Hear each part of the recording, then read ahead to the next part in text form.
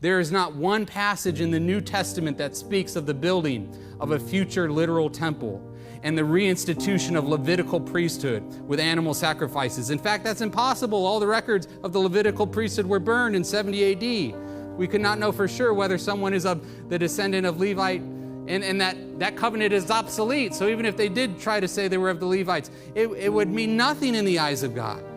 There's not one passage that speaks of the necessity of sacrificing a red heifer for a supposed future temple. In fact, there's not one Old Testament passage that speaks of that either.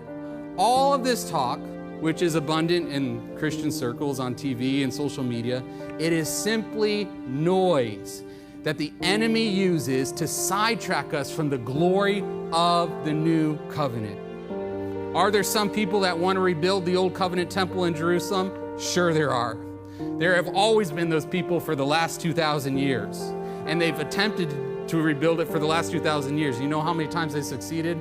0. One of the first times they tried was under the new emperor Julian the Apostate in 663 AD.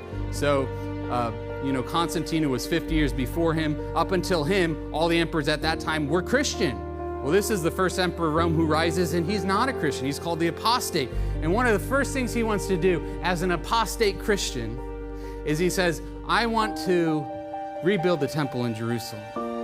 So he, as the most powerful man in the world, sends a commission to go build the temple in Jerusalem. And you know what happens?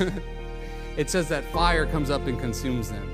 Now, I don't know if that really happened or not, but what I do know is that he did desire to build the temple, and I do know that it never was built, and that every attempt to build it has always never succeeded. Now, let's say someone does build a building on the old Temple Mount, and that it has similarities to the temple in the past. Even if a structure was built, it would be completely meaningless, both spiritually and theologically. It would be a hollow shell that could never have a legitimate priesthood and that could never have legitimate sacrifices. It would be a hollow shell devoid of the life of God, of an obsolete covenant that sole purpose would be to distract people from Christ.